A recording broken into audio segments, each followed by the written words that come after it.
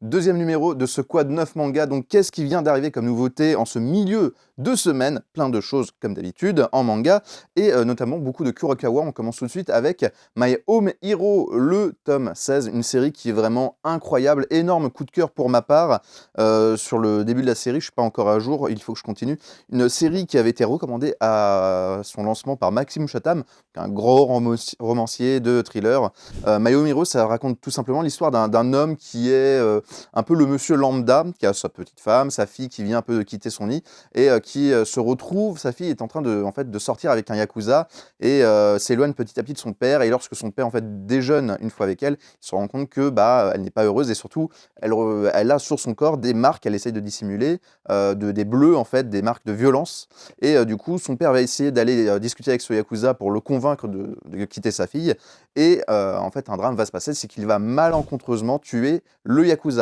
Ça va créer une réaction en chaîne, comme vous pouvez l'imaginer, et lancer une histoire complètement folle, un thriller qui est passionnant, sur du coup cet homme de famille qui vient de commettre sa meurtre. Il va impliquer sa femme, il va devoir cacher le corps, sauf que le gang du Yakuza vont essayer de le retrouver, parce que c'est pas normal qu'il ait disparu. Ça va être une course folle, il va se passer plein de choses, mais je peux pas trop vous en dire pour éviter de vous spoiler, mais en tout cas, dirigez-vous vers My Home Hero, un vrai petit bijou. On continue toujours chez Kurokawa avec le tome 19 de En scène, le tome 3 de Sino Alice, le tome 8 de Ride on King, et aussi, alors ça un peu plus notable, Sherlock, un scandale à Buckingham, partie 2, donc le 5e tome, donc tout simplement l'adaptation en manga de la série Sherlock de Steven Moffat et Mark Gatiss, avec Benedict, Doctor Strange, Cumberbatch, et alors je crois que c'est Martin Freeman, voilà, Martin Freeman, aka l'homme vraiment très dispensable de Black Panther Wakanda Forever, donc un manga qui est très bien fait, qui est ici dessiné par le dessinateur Jay, voilà. Alors, je ne connais pas particulièrement cette personne, un manga qui est assez sympathique, un scandale à Buckingham, c'était là où il rencontrait Irene Adler, donc un épisode assez costaud et assez intéressant. Une très bonne adaptation en manga, si jamais vous voulez vous y intéresser. On a 2 tomes, à chaque fois ça sort par 2, la ressortie de Satan 666, le grand shonen de, alors, comment il s'appelle, Seiichi Kishimoto, donc le frère de l'auteur de Naruto.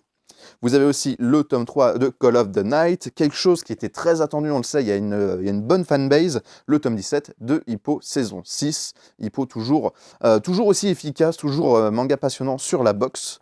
Et le tome 13 de Full Metal Alchemist en Perfect Edition, ça on sait aussi que vous êtes très nombreux à l'attendre et à l'acheter, et ça c'est vraiment une très très belle édition. On a d'ailleurs hâte d'avoir le retour de Soul Eater dans cette édition perfecte. Chez Akata, on a le tome 4 de Le Petit Monde de Mashida, une série qui est en 7 tomes, et le tome 18 de The Ancient Magus Bride. Alors, on va continuer avec des choses un peu particulières. Je vais vous garder le meilleur pour la fin. On va juste un petit mot sur Shua et Shua. Alors, Shua et 99 onomatopées japonaises illustrées. Donc voilà, un livre assez sympathique pour 24,90 € qui va vous apprendre un peu quelques bases de la langue japonaise autour des onomatopées, avec illustré, c'est assez bien fait, c'est adapté à la fois à un jeune public comme à un public un peu plus adulte qui voudrait s'initier à ce monde assez fou des onomatopées qui est très très vaste au Japon. Du coup, voilà, un très joli bouquin qu'on vous recommande. Et donc on finit par une sortie qu'on attendait particulièrement, le tome 15 de Cobra The Spice Pirate God's Eye, donc la réédition en couleur colorisée par Buichi Terasawa, donc du chef-d'œuvre, donc évidemment de Buichi Terasawa. Cobra, donc ce pirate de l'espace inspiré au niveau du character design par Belmondo, un chef-d'œuvre de Buichi Terasawa. Si vous n'avez jamais lu Cobra, c'est vraiment un indispensable, et je me permets de vous recommander, pour un peu en apprendre un peu plus sur le bonhomme, d'aller regarder le calendrier de l'Avent que notre cher Max nous a fait pour Midnight High Goku. Il revient un peu sur la carrière de ce bonhomme qui est vraiment très très intéressant et qui a fait des œuvres folles. Donc Cobra, c'est vraiment un petit chef-d'œuvre, un tome culte. Donc voilà, c'est disponible, donc n'hésitez pas à vous le procurer. Bien sûr, vous le savez, tous ces mangas sont disponibles chez Original Comics. Tous les liens pour les commander sur notre site internet sont dans la description de la vidéo. N'hésitez pas à vous abonner, à activer la cloche pour être tenu au courant de la mise en ligne des prochaines vidéos. Et on vous retrouve très bientôt.